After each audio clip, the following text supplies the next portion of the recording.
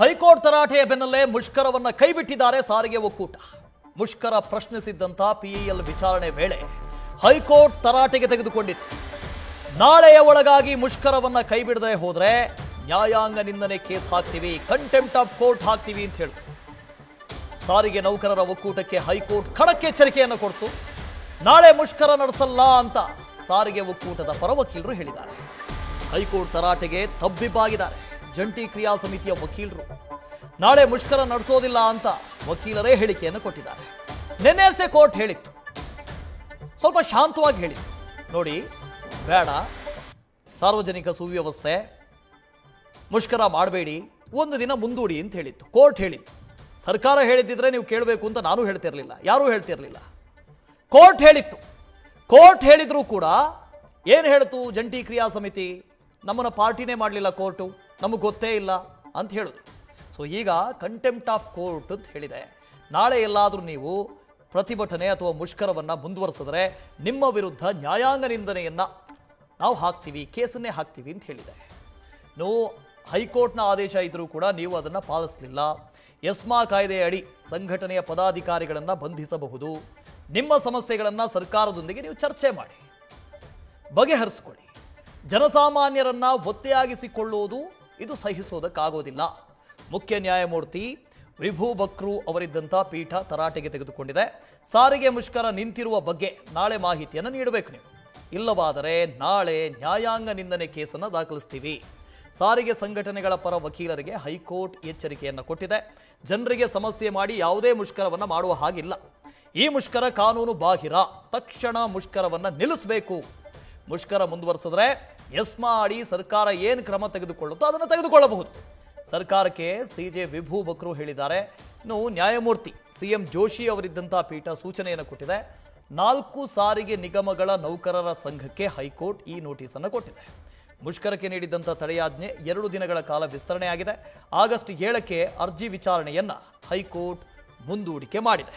ಹಾಗಾಗಿ ನಾಳೆಯಿಂದ ಮುಷ್ಕರ ಮಾಡೋ ಹಾಗಿಲ್ಲ. ನೆನ್ನೆನೇ ಹೇಳ್ತು, ಅದೇ ಹೇಳ್ತಾರಲ್ಲ, ಶಂಕದಿಂದ ಬಂದರೆ ತೀರ್ಥ ಅಂತ, ಹಂಗಾಗಿದೆ. ಇವತ್ತು ಮುಷ್ಕರ ಆಯಿತು. ಆ ಮುಷ್ಕರಕ್ಕೆ ಪ್ರತಿಕ್ರಿಯೆ ಹೇಗಿತ್ತು? ಬೆಂಗಳೂರಿನಂತೂ ಎಲ್ಲ BMTC ಬಸ್ಗಳು ಓಡಾಡಿದವು. 0.1, 0.2% ಬಿಟ್ಟರೆ ಬೇರೆಲ್ಲ ಬಸ್ಗಳು ಓಡಾಡಿದ್ದಾವೆ.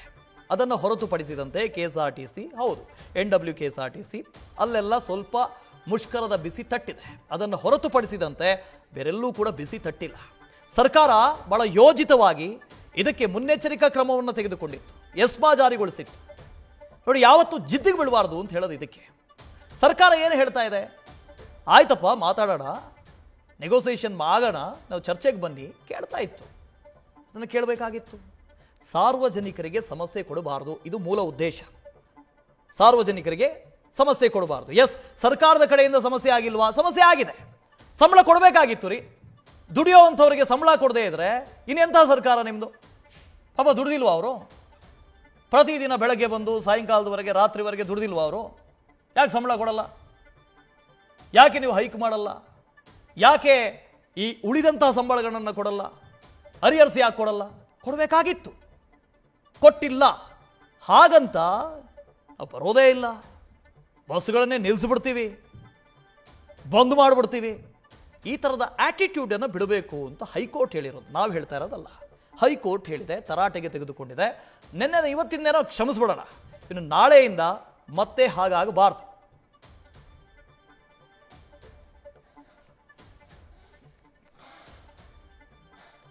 ಸೊ ಸರ್ಕಾರದ ಜವಾಬ್ದಾರಿ ರೀ ಇದು.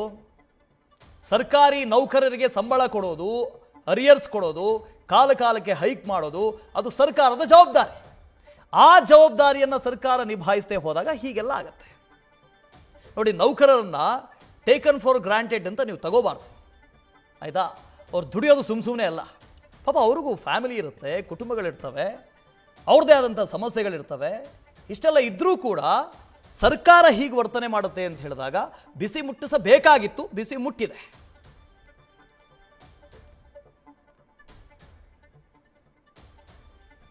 ಸತ್ತಾರ್ ಇದ್ರ ಬಗ್ಗೆ ಡೀಟೇಲ್ಸ್ ಅನ್ನು ಕೊಡ್ದು ಹೋಗ್ತಾರೆ. ಸತ್ತಾರ್, ನೆನ್ನೆ ನೀವು ಮಾತಾಡಿಸ್ತಾ ಇದ್ರಿ, ಈ ಜಂಟಿ ಕ್ರಿಯಾ ಸಮಿತಿಯ ಅಧ್ಯಕ್ಷರನ್ನೇ ಮಾತಾಡಿಸ್ತಾ ಇದ್ರಿ. ಅವ್ರು ಹೇಳ್ತಾ ಇದ್ರು, ನಮ್ಮನ್ನು ಪಾರ್ಟಿ ಮಾಡಿಲ್ಲ ನ್ಯಾಯಾಲಯ, ನಮಗೆ ಗೊತ್ತೇ ಇಲ್ಲ, ನಮಗೆ ಇದರ ಬಗ್ಗೆ ನೋಟಿಸೇ ಬಂದಿಲ್ಲ ಅಂತ ಹೇಳ್ತಾ ಇದ್ರು. ಆದರೆ ಇವತ್ತು ಕೋರ್ಟ್ ತರಾಟೆಗೆ ತೆಗೆದುಕೊಂಡಿದೆ. ಈ ಕ್ಷಣಕ್ಕೆ ಈ ಹೋರಾಟಗಾರರು ಏನು ಹೇಳ್ತಾರೆ ಅಂತ. ವಾಸ್ತವ ಭಟ್ ಹೈಕೋರ್ಟ್ ಆದೇಶದ ಬೆನ್ನಲ್ಲೇ ಇದೀಗ ಮತ್ತೊಂದು ತುರ್ತು ಮೀಟಿಂಗ್ ಅನ್ನು ಜಂಟಿ ಕ್ರಿಯಾ ಸಮಿತಿ ಅಧ್ಯಕ್ಷರಾಗಿರುವಂತಹ ಅನಂತ ಸುಬ್ರಾವ್ ಅವರು ಕರೆದಿದ್ದಾರೆ. ಈಗಾಗಲೇ ಮೀಟಿಂಗ್ ಕೂಡ ನಡೀತಿದೆ. ನಿನ್ನೆ ಹೈಕೋರ್ಟ್ ಆದೇಶದ ನಂತರ ಬಹುತೇಕ ಈ ಒಂದು ಮುಷ್ಕರದಲ್ಲಿ ಭಾಗಿಯಾದಂತಹ 6 ಸಂಘಟನೆಗಳ ಪೈಕಿ ಬಹುತೇಕ 5 ಸಂಘಟನೆಗಳು ಕೂಡ ಇಲ್ಲ, ನಾಳೆ ನಾವು ಮುಷ್ಕರ ಮಾಡುವುದು ಬೇಡ ಅನ್ನೋ ನಿರ್ಧಾರಕ್ಕೆ ಬಂದಿದ್ರು. ಕೇವಲ ಒಂದೇ ಒಂದು ಸಂಘಟನೆ, ಒಬ್ರು ವ್ಯಕ್ತಿ ಮಾತ್ರ ಇಲ್ಲ ನಾವು ಮುಷ್ಕರ ಮಾಡೇ ಬಿಡೋಣ ಅಂತ ಒಂದು ನಿರ್ಧಾರಕ್ಕೆ ಬಂದ ಹಿನ್ನೆಲೆ ಜಂಟಿ ಕ್ರಿಯಾ ಸಮಿತಿ ಆಗಿರೋದ್ರಿಂದ ನಮ್ಮ ನಡುವೆ ಒಡಕು ಮೂಡುವುದು ಬೇಡ ಅನ್ನೋ ಕಾರಣಕ್ಕೆ ನಿನ್ನೆ ತದನಂತರದಲ್ಲಿ ಅವರು ಸುದ್ದಿಗೋಷ್ಠಿ ಮಾಡಿ ಇಲ್ಲ ನಾವು ಮುಷ್ಕರವನ್ನು ಮಾಡ್ತೀವಿ ಅಂತ ಅನ್ನೋ ಒಂದು ಮೆಸೇಜ್ ಅನ್ನು ಕೊಟ್ಟಿದ್ರು. ಬಟ್ ಇಲ್ಲಿ ಕೋರ್ಟ್ ಇವತ್ತು ಹಲವು ವಿಚಾರಗಳನ್ನು ಪ್ರಸ್ತಾಪ ಮಾಡಿದೆ. ಒಂದು, ಜನಸಾಮಾನ್ಯರಿಗೆ ತೊಂದರೆ ಆಗಬಾರ್ದು, ಯಾಕಂದ್ರೆ ಈಗ ನೀವು ಹಾಗೂ ಸರ್ಕಾರದ ನಡುವಿನ ಸಮಸ್ಯೆ ನೀವು ಬಗೆಹರಿಸಿಕೊಳ್ಳಿ ಅನ್ನೋ ಒಂದು ಸಲಹೆಯನ್ನು ಕೊಟ್ಟಿದೆ. ಬಟ್ ವಾಸ್ತವದಲ್ಲಿ ಒಂದು ವಿಚಾರ ಗಮನಿಸಲೇಬೇಕಾಗುತ್ತೆ.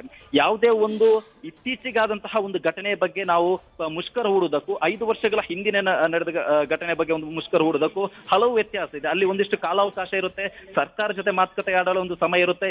ಈ ಎಲ್ಲ ಅಂಶವನ್ನು ಇವತ್ತು ಕೋರ್ಟ್ ಕೂಡ ಪರಿಗಣಿಸಿದೆ. ಯಾಕಂದ್ರೆ ಇದು 2020ರಲ್ಲಿ ಶುರುವಾದಂತಹ ಸಮಸ್ಯೆ.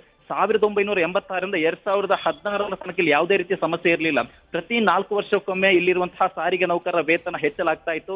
ಎಷ್ಟು ಹೆಚ್ಚಾಗಿತ್ತು ಅದವರ ಅಕೌಂಟ್ಗೆ ಕೂಡ ಹೋಗ್ತಾ ಇತ್ತು. 2020ರಿಂದ ಈ ಒಂದು ಸಮಸ್ಯೆ ಶುರುವಾಗುತ್ತೆ. 2020ರಲ್ಲಿ ವೇತನ ಹೈಕ್ ಆಗುತ್ತೆ, ಬಟ್ ಅದವರ ಅಕೌಂಟ್ಗೆ ಹೋಗಿರಲ್ಲ. ಆಗಿನ ಸರ್ಕಾರ ಹಲವು ಕಾರಣಕ್ಕೆ ಅದನ್ನು 15% ವೇತನ ಹೆಚ್ಚಳ ಮಾಡಿತ್ತು. ಹಲವು ಕಾರಣಕ್ಕೆ ಅದನ್ನು ಅವರ ಅಕೌಂಟ್ಗೆ ಹಾಕಿರ್ಲಿಲ್ಲ. ಒಂದು ಕೋವಿಡ್ ಕಾರಣದಲ್ಲಿ ಹಲವು ಅಂದ್ರೆ ಬೇರೆ ರಾಜ್ಯಗಳಲ್ಲಿ ಸಂಬಳನೆ ಆಗದಂತಹ ಸಂದರ್ಭದಲ್ಲಿ ರಾಜ್ಯದಲ್ಲಿ ವೇತನಕ್ಕೆ ಯಾವುದೇ ರೀತಿಯ ಸಮಸ್ಯೆ ಆಗದಂತ ಅಂದಿನ ಸರ್ಕಾರ ನೋಡ್ಕೊಂಡಿತ್ತು. ಬಟ್ 15% ಹೆಚ್ಚಲಾಗಿರುವಂತಹ ಹಣವನ್ನು ಕೊಟ್ಟಿರಲಿಲ್ಲ. ತದನಂತರದಲ್ಲಿ ಈ ಒಂದು ವಿಚಾರ 3 ವರ್ಷಗಳ ಇದೇ ರೀತಿ ನಡೆಯುತ್ತೆ. 3 ವರ್ಷಗಳ ನಂತರ ಅಂದ್ರೆ ಇತ್ತೀಚೆಗೆ ಬಂದಂತಹ ಅಂದ್ರೆ ಕಾಂಗ್ರೆಸ್ ಸರ್ಕಾರದ ನಂತರದೇನಿದೆ ಅವತ್ತಿಂದ ಯಾವುದೇ ರೀತಿಯ ಸಮಸ್ಯೆ ಆಗಿಲ್ಲ. 2020ರಿಂದ 23 ತನಕ ಒಟ್ಟು 3 ವರ್ಷ 2 ತಿಂಗಳು ಅಂದ್ರೆ 38 ತಿಂಗಳ ಅರಿಯರ್ಸ್ ಪೆಂಡಿಂಗ್ ಉಳ್ಕೊಂಡಿದೆ. ಅವರ ನಿಯಮದ ಪ್ರಕಾರ ಮತ್ತೊಂದು ಬೇಡಿಕೆ ಏನಿದೆ, 2024ಕ್ಕೆ ಅನ್ವಯ ಆಗುವಂತ ವೇತನವನ್ನು ಕೂಡ ಹೆಚ್ಚಳ ಮಾಡಬೇಕು ಅಂತ. ಈ 2 ವಿಚಾರಕ್ಕಾಗಿ ಹಲವು ಈಗಾಗಲೇ ಕಾಲಾವಕಾಶ ಇತ್ತು. 2020ರಿಂದ 2025 ಕಾಲಾವಕಾಶ ಇತ್ತು. ಈಗ ಒಂದು ದಿನ ಮುಂದೂಡಕ್ಕೆ ಅಂತ ಒಂದು ಅವಕಾಶ ಕೊಟ್ಟಿದ್ರು ಕೂಡ, ಕೋರ್ಟ್ ನಿರ್ದೇಶನ ಮಾಡಿದ್ರು ಕೂಡ ತರಾತುರಿಯಲ್ಲಿ ಯಾಕೆ ನೀವು ಅಂದ್ರೆ ಕೋರ್ಟ್ ನಿರ್ದೇಶನ ಉಲ್ಲಂಘನೆ ಮಾಡಿ ಯಾಕೆ ನೀವು ಮುಷ್ಕರನ್ನು ಹೂಡಿದ್ರಿ, ಇದರಿಂದ ಜನಸಾಮಾನ್ಯರಿಗೆ ತೊಂದರೆ ಆಗಿದೆ ಅನ್ನೋ ಅಂಶವನ್ನು ಕೂಡ ಇವತ್ತು ಕೋರ್ಟ್ ಪರಿಗಣಿಸಿರುವಂತದ್ದು. ವಾಸ್ತವ ಓಕೆ ಸತಾರ್, ಈಗ ಏನ್ ಮಾಡ್ತಾರೆ ಅಂತ ಹೇಳಿ ನಾಳೆಗೆ ಹೆಂಗಿರುತ್ತೆ? ಈಗ ಸಭೆ ಕರೆದಿದ್ದಾರೆ ಅಂತ ಹೇಳಿದ್ರೆ ಇನ್ನು ಸಭೆಗೆ ಬರಬೇಕು, ಅಲ್ಲಿ ಚರ್ಚೆ ಆಗಬೇಕು. ಚರ್ಚೆಯ ನಂತರ ಯಾವ ತೀರ್ಮಾನ ಹೊರಬೀಳ್ಬೋದು? ವಾಸ್ತವ ಬಟ್ ಈಗ ಸಭೆ ಮುಕ್ತಾಯವಾಗಿದೆ. ಕೆಲವೇ ಕ್ಷಣದಲ್ಲಿ ಈ ಬಗ್ಗೆ ಅಧಿಕೃತ ಮಾಹಿತಿ ಕೂಡ ಸಿಗಲಿದೆ. ಯಾಕಂದ್ರೆ ಕೆಲವೇ ಕ್ಷಣದಲ್ಲಿ ಸುದ್ದಿಗೋಷ್ಠಿಯ ಮೂಲಕ ಈ ಒಂದು ನಾಳೆ ಮುಷ್ಕರ ಬಗ್ಗೆ ಅಧಿಕೃತ ಮಾಹಿತಿಯನ್ನು ನೀಡಲು ಈಗ ಜಂಟಿ ಕ್ರಿಯಾ ಸಮಿತಿ ಕೂಡ ಮುಂದಾಗಿರುವಂತದ್ದು. ವಾಸ್ತವ ಥ್ಯಾಂಕ್ ಯು ಸತಾರ್. ಇನ್ನೇನು ಚರ್ಚೆ ಆಗ್ತಾ ಇದೆ, ಸಭೆ ಕೂತಿದ್ದಾರೆ, ಸಭೆ ನಂತರ ಬಂದು ಪ್ರೆಸ್ ಬ್ರೀಫ್ ಮಾಡ್ತಾರೆ. ಅದರಲ್ಲಿ ಆಲ್ಮೋಸ್ಟ್ ಆಲ್ ಈ ಮುಷ್ಕರವನ್ನ ವಾಪಸ್ ಪಡೆಯುವಂಥ ಸಾಧ್ಯತೆಗಳಿದ್ದಾವೆ. ಯಾಕೆಂದರೆ ಇವತ್ತೇ ಮಾಡಬಾರ್ದಾಗಿತ್ತು. ಎಲ್ಲ ತಯಾರಿ ಆಗಿದೆ, ಇನ್ನೇನು ಪ್ರೆಸ್ ಬ್ರೀಫ್ ಮಾಡ್ತಾರೆ. ಅನಂತ ಸುಬ್ರಾವ್ ಅವರು ಕೂಡ ಇದ್ದಾರೆ, ಜಂಟಿ ಕ್ರಿಯಾ ಸಮಿತಿಯ ಅಧ್ಯಕ್ಷರು. ನಿನ್ನೆ ಅವರು ಹೇಳಿದರು ನಮ್ಮನ್ನು ಪಾರ್ಟಿ ಮಾಡಿಲ್ಲ ನ್ಯಾಯಾಲಯ, ಹಾಗಾಗಿ ನಮಗೆ ನೋಟಿಸ್ ಬಂದಿಲ್ಲ. ನಾಳೆ ನಮ್ಮಲ್ಲೂ ಕೂಡ ಲೀಗಲ್ ಎಕ್ಸ್ಪರ್ಟ್ಗಳಿದ್ದಾರೆ, ಅವ್ರ ಜೊತೆ ಮಾತಾಡ್ತೀವಿ, ಏನಾಗುತ್ತೆ ನೋಡೋಣ ಅಂತ ಹೇಳಿದರು. ಆದರೂ ಕೂಡ ಇವತ್ತು ಮುಷ್ಕರ ಆಗಿತ್ತು. ಸೊ ಅದನ್ನು ಮಾಡಬಾರ್ದಾಗಿತ್ತು ಅಂತ ಹೇಳ್ತಾ ಇರೋದು. ಅಂದರೆ ಜನಸಾಮಾನ್ಯರಿಗೆ ತಾಪತ್ರಯ ಆಗಿದೆ, ಜನಸಾಮಾನ್ಯರಿಗೆ ತೊಂದರೆ ಆಗಿದೆ. ಅದು ಎಷ್ಟೋ ಜನ ಪಾಪ ಆ ಬಸ್ಗಳನ್ನು ನಂಬ್ಕೊಂಡಿರ್ತಾರೆ. ಅದರಲ್ಲಿ ಶಕ್ತಿ ಯೋಜನೆ ಎಂದು ಕೊಡ್ತೀರಿ, ಪಾಸ್ಗಳನ್ನು ಮಾಡಿಸ್ಕೊಂಡಿರ್ತಾರೆ. ಪಾಪ ದುಡ್ಡಿಲ್ಲ. ಅಂಥ ಪರಿಸ್ಥಿತಿಯಲ್ಲಿ ಅವರು ಆಫೀಸ್ಗಳಿಗೆ ಹೋಗೋದು ಬೇಡವಾ, ಅವ್ರ ಶಾಲೆಗಳಿಗೆ ಹೋಗೋದು ಬೇಡವಾ? ಈಗ ನೀವು ಮಾಡಿರುವಂಥ ಒಂದು ಮುಷ್ಕರದಿಂದ ಅಷ್ಟೂ ಜನರಿಗೆ ಸಮಸ್ಯೆ ಆಗಿದೆ. ಹಾಗಾಗಿ ಹೈಕೋರ್ಟ್ ಕೂಡ ಅದನ್ನೇ ಅಬ್ಸರ್ವ್ ಮಾಡಿರೋದು, ಹೈಕೋರ್ಟ್ ಅದನ್ನೇ ಹೇಳಿರೋದು. ನಿಮ್ಮ ಜಗಳ ಏನಿದ್ರೂ ಸರ್ಕಾರದ ಜೊತೆ ಇರಬೇಕು. ನಿಮ್ಮ ಚರ್ಚೆ, ನೀವು ಮಾಡುವಂಥ ಮುಷ್ಕರಗಳು ಇವೆಲ್ಲವೂ ಕೂಡ ಸರ್ಕಾರದ ಜೊತೆ ಮಾಡ್ಕೊಳ್ಳಿ. ನೀವು ಜನಸಾಮಾನ್ಯರಿಗೆ ಯಾಕೆ ತೊಂದರೆ ಕೊಡ್ತೀರಾ? ಹೋಗಿ ಸರ್ಕಾರದ ಜೊತೆ ಕೂತ್ಕೊಂಡು ಮಾತಾಡಿ, ಎದುರು ಬದ್ರು ಕೂತ್ಕೊಂಡು ಮಾತಾಡಿ, ನಿಮ್ಗೆ ಏನು ಬೇಕು ಅಂತ ಕೇಳಿ. ನಾವು ಮುಷ್ಕರವನ್ನು ಮುಂದೂಡಿ ಮತ್ತು ಎಲ್ಲ ಕೆಲಸಗಾರರಿಗೂ ಮುಷ್ಕರ ಮಾಡಿದ್ದಕ್ಕೆ ಥ್ಯಾಂಕ್ಸ್ ಹೇಳಿ ಡ್ಯೂಟಿಗೆ ಹಾಜರಾಗಿ ಅಂತ ಹೇಳ್ತಾ ಇದ್ದೀವಿ. ಮತ್ತು ನೆಕ್ಸ್ಟು ಹೈಕೋರ್ಟ್ ಹಿಯರಿಂಗ್ ಆಗುತ್ತೆ. ನಾವು ಕೇಸಲ್ಲಿ ಪೂರ್ಣವಾಗಿ ಭಾಗವಹಿಸಿ ಸರ್ಕಾರಕ್ಕೆ ಡೈರೆಕ್ಷನ್ ಕೂಡ ಕೊಡಿ ಅಂತ ಕೋರ್ಟನ್ನು ನಾವು ಕೇಳ್ತೀವಿ. ನಮ್ಮ ಜೊತೆ ಮಾತುಕತೆ ಮಾಡಿ ಸೆಟ್ಲ್ ಮಾಡಿ ಅಂತ. ಇನ್ ದಿ ಮೀನ್ ಟೈಮ್ ನಾನು ಸರ್ಕಾರಕ್ಕೆ ಕೇಳೋದು, ನೀವೇ ಶುರು ಮಾಡಿದ್ದು, ವೆಯ್ಟ್ ಮಾಡಿಬಿಡಿ, ಮಾತುಕತೆ ಮೂಲಕ ಬಗೆಹರಿಸಿ. ಏಕೆಂದರೆ ಸಮಸ್ಯೆ ಸ್ಟ್ರೈಕ್ ಮುಂದೂಡಿರ್ಬೋದು, ಬಟ್ ಸಮಸ್ಯೆ ಬಗೆಹರಿಲ್ಲದಿದ್ದರೆ ಆ ಒಂದು ಆಕ್ರೋಶ ವರ್ಕರ್ಸ್ ಮನಸ್ಸಲ್ಲಿರುತ್ತೆ. ಅದಕ್ಕೆ ಅವಕಾಶ ಕೊಡಬೇಡಿ. ವಾತಾವರಣ ಕೂಲ್ ಮಾಡಿ ಅಂತ ನಾನು ಕೇಳ್ಕೊಳ್ತೀನಿ ಸರ್ಕಾರ.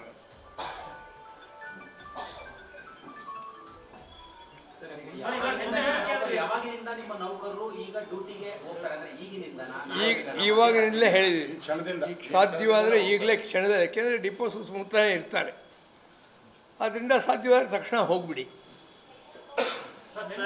ಹೈಕೋರ್ಟ್ ಕೂಡ ನೋಟಿಸ್ ಕೊಟ್ಟಾಗ ಇದು ಕಮ್ಮಿ ಬಂದಾಗ ಅದ್ರಲ್ಲಿ ಹೇಳಿದಂತೆ ಇವತ್ತು ಹೈಕೋರ್ಟ್ ಕೂಡ ಗರಂ ಆಗಿದೆ. ಅಷ್ಟೊಂದು ಕಾನೂನಿನ ಬಗ್ಗೆ ಗೊತ್ತಿಲ್ಲ ನಿಮಗೆ? ಅಲ್ಲ, ಕಾನೂನು ನಾವು ನಮ್ಮ ಅಡ್ವೊಕೇಟ್ ಕನ್ಸಲ್ಟ್ ಮಾಡಬೇಕಲ್ಲ.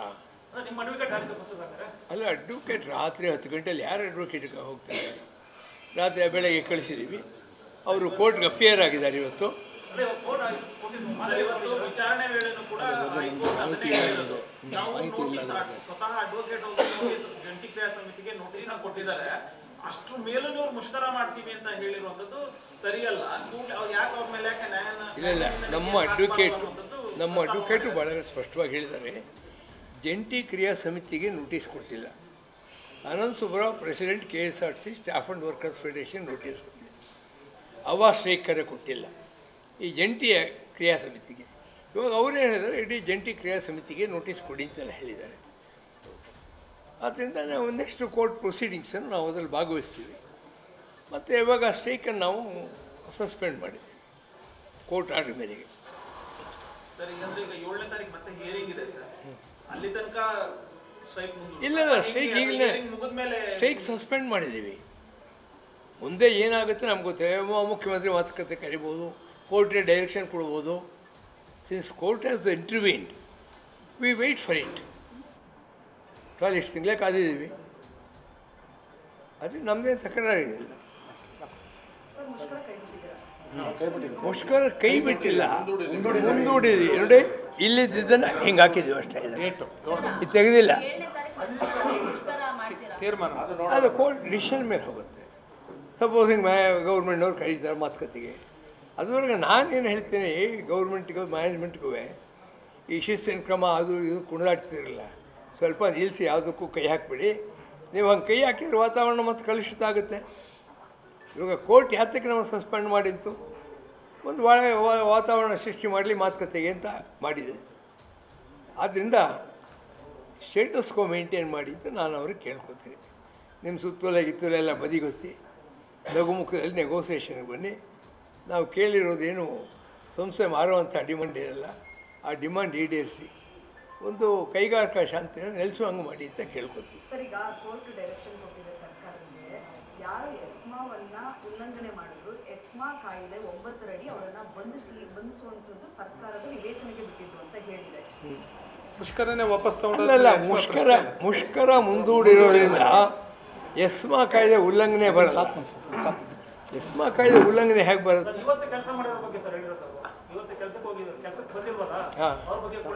ಇಲ್ಲ, ಅವ್ರಿಗೆ ನಾವು ಕರೆ ಕೊಟ್ಟಿಲ್ಲ, ಸ್ಟ್ರೈಕ್ ಮುಂದಕ್ಕೆ ಹಾಕಿದ್ದೀವಿ ಅಂತ ಹೇಳಿಲ್ಲ. ಇಲ್ಲ, ಇವಾಗ ನಿಮ್ಮ ಮೂಲಕ ನಾವು ಹೇಳ್ತಾ ಇದ್ದೀವಿ, ಮುಂದಕ್ಕೆ ಹಾಕಿದ್ರೆ ನಾವು ಸ್ಟ್ರೈಕ್. ಬೆಳಗ್ಗೆ ನಮ್ಗೆ ಆರ್ಡರ್ ಗೊತ್ತಿಲ್ಲ. It is not slow.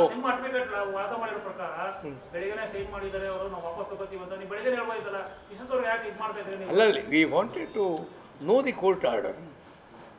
ನೀವೇ ಕೈ ಬಿಡ್ತೀವಿ ಅಂದ್ರೆ ಕೋರ್ಟ್ ಅದನ್ನೇ ಹೇಳುತ್ತೆ, ಕೈ ಬಿಡಿ ಅಂತಾನೆ ಹೇಳುತ್ತೆ. ನೀವು ಅದನ್ನ ಬೆಳಗ್ಗೆ ವಕೀಲರು ನಾವು ಕೇಸ್ ಕೊಟ್ಟ ಮೇಲೆ ಅವರು ಅಪಿಯರ್ ಆಗಿ ಕೋರ್ಟ್ ಏನು ನಿರ್ದೇಶನ ಕೊಡುತ್ತೋ ಅದನ್ನು ಜಾರಿ ಮಾಡ್ತೀವಿ ಅಂತ ಬೆಳಗ್ಗೆ ಕೂಡ ಹೇಳಿದ್ವಿ. Same thing we are doing ನಾವು. ವಕೀಲರು ಹೇಳಿರೋದು ನಾವು ಬೆಳಿಗ್ಗೆ ಅಫಿಡೇವಿಟ್ ಹಾಕೋ ಟೈಮಲ್ಲೇ ಕೈ ಬಿಡ್ತಾ ಇದೀವಿ ಅಂತಾನೆ ಕೊಟ್ಟಿದ್ದೀವಿ ಅಂತ ಹೇಳಿದ್ದಾರೆ ವಕೀಲರು. ನಿಮ್ಮ ವಕೀಲರು ಮಾತಾಡಿದ್ರು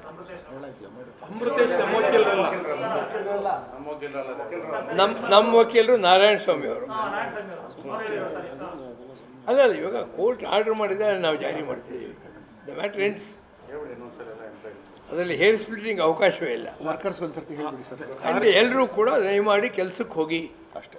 ನಾವು ಯಾವುದೇ ತೊಂದರೆಗಳಾದರೂ ನಾವು ನೋಡ್ಕೋತೀವಿ ಅನ್ನೋ ವಿಶ್ವಾಸನ ಅವ್ರಿಗೆ ಕೊಡ್ತಿದ್ದೀವಿ.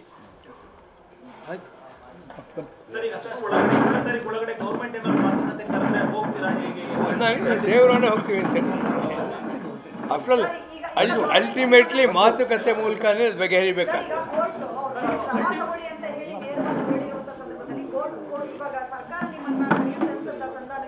ಇಲ್ಲ, ಇವಾಗ ಸ್ಟ್ರೈಕ್ನ ನಾವು ಮುಂದೂಡಿದ ಮೇಲೆ ಏನು ಆ್ಯಕ್ಷನ್ ತಗೊಳ್ತಾರೆ ಅವರು? ಸರ್ಕಾರ ಆಕ್ಷನ್ ತಗೊಳ್ತಲ್ಲ ಸರ್. ಈಗ ನೀವು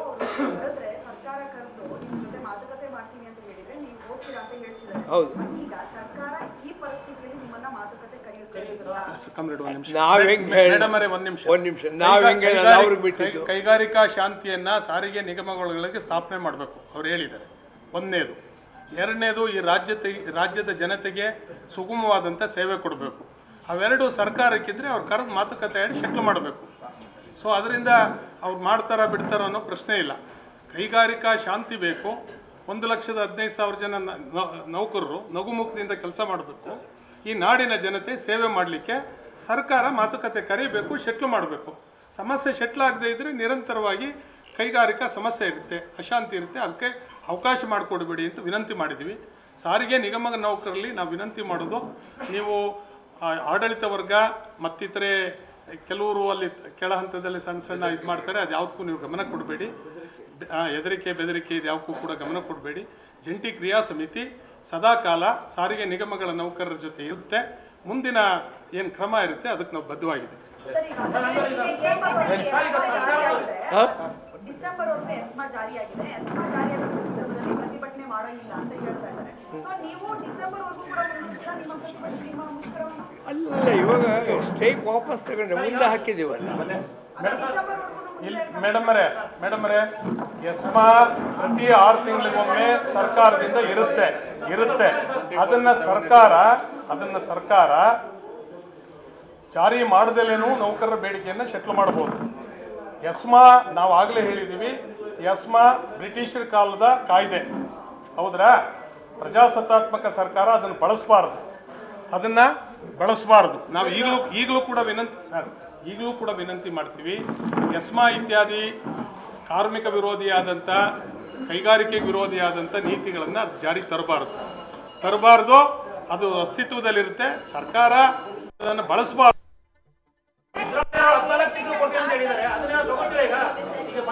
ಇದರಲ್ಲಿ ಈ ಪೀಸ್ ಮೀಲ್ ಕ್ವಶನ್ನೇ ಇಲ್ಲ. ನೆಗೋಷಿಯೇಟ್ ಆಗಬೇಕು, ಸೆಟ್ಲ್ ಆಗಬೇಕು ಫೈನಲ್ ಆಗಿ. ಇಲ್ಲ ಅದು ತಗೊಳ್ಳೋದಿಲ್ಲ.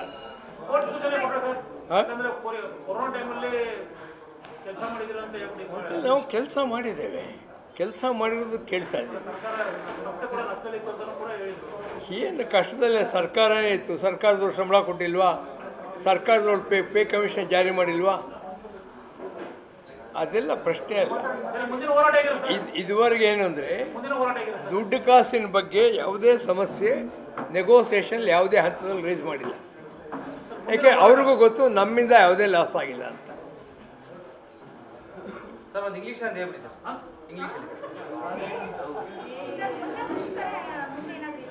ಇಲ್ಲ, ಮುಂದೆ ಇನ್ನೇನು ನಾವು ಭವಿಷ್ಯ ಹೇಳಕ್ ತಯಾರಿಲ್ಲ, ವರ್ತಮಾನವನ್ನು ಅಡ್ರೆಸ್ ಮಾಡ್ತಾ ಇದ್ದೀವಿ.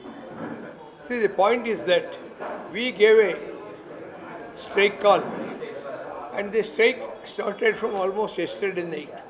In many depots, strike started.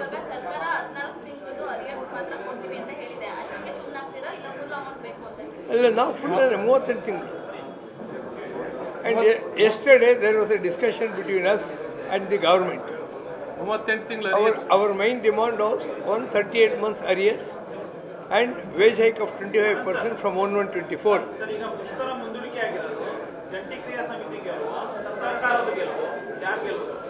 ಇಲ್ಲಿ ಸೋಲು ಗೆಲುವು ಪ್ರಶ್ನೆನೇ ಇಲ್ಲ. ವಿನ್ ಸಿಚುವೇಶನ್ ಎಲ್ರಿಗೂ. ನಾವು ಗೆದ್ದೀವಿ, ನೀವು ಗೆದ್ದಿದ್ದೀರಾ, ನಮ್ಮ ಬಗ್ಗೆ ಹೇಳಿ. ನೋಡಿಪ್ಪ, ನಾನು ಹೇಳಿದೆ, ನಿನ್ನೆ ಆಗದೆ ಇರೋದು ನಾಳೆ ಆಗ್ಬೋದು, ನಾಡಿದ್ದಾಗ್ಬೋದು. ಕೊಡೋದಿಲ್ಲ, ಬಿಡೋ ಪ್ರಶ್ನೆ ಇಲ್ಲ ಇಲ್ಲಿ. ಸರ್, ಈಗ ಕೊಡೋದಿಲ್ಲ ಅಂದಮೇಲೆ 14 ತಿಂಗಳು ಕೊಡೋವರೆಗೂ ತಗೊಂಡ್ಬಂದಿದ್ದೀವಿ. ಹಂಗೆ ಮುಂದೆ 38 ತಿಂಗಳು ಕೊಡೋವರೆಗೂ ತಗೊಬರ್ತೀವಿ. ಹಾಂ, ಕೊಟ್ಟಿದ್ದಾರೆ. ಹೌದು. ನಾವು ಒಂದೇನಂದ್ರೆ ಯಾವುದನ್ನು ಪ್ರೆಸ್ಯೂವ್ ಮಾಡಿಕೊಂಡು ಪ್ರಿಜುಡಿಸ್ ಇಟ್ಕೊಂಡು ಆಗಲ್ಲ. ಸಿಚುವೇಶನ್ ಬಂದಾಗ ನಾವು ರೆಸ್ಪಾಂಡ್ ಮಾಡ್ತೀವಿ. ಇವಾಗ ನೀವೇ ಇಷ್ಟೊಂದು ಪ್ರಶ್ನೆ ಕೇಳ್ತೀರಾ, ನಾವು ಅದೆಲ್ಲ ಲೆಕ್ಕ ಹಾಕೊಂಡ್ಬಂದಿರ್ತೀವಿ, ಏನು ಕೇಳ್ತೀರಾ ಅಂತ. ಅಲ್ಲಲ್ಲ, ಹಾಗಲ್ಲ. ನಾನು ಹೇಳೋದು, how it situation develops we respond. ಇವಾಗ ತಾವೇ ಹೇಳಿ, ಜುಲೈ 4 ಏನೂ ಕೊಡೋದಿಲ್ಲ, 3 ಕಾಸು ಕೊಡೋ ಆಗಿಲ್ಲ ಅಂತ. ಓಕೆ, ಅದೇ 4th of August 717 ಕೋಟಿ ಹೆಂಗೆ ಬರುತ್ತೆ? 1 ತಿಂಗಳಲ್ಲಿ ಬದಲಾವಣೆ ಆಗಿತ್ತು. ವಿಶ್ವಾಸ ಇದೆ. ಅದು ನಮ್ಮ ಹೋರಾಟದ ನಂಬಿಕೆ ಇದೆ. ನಮ್ಮೆಲ್ಲರಿಗೂ ಕೂಡ ಧನ್ಯವಾದಗಳು. ತುಂಬ ಥ್ಯಾಂಕ್ಸ್. ನ್ಯೂಸ್ ಫಸ್ಟ್ ನಿರ್ಭೀತಿಯಿಂದ ನಿಮ್ಮ ಪರವಾಗಿ.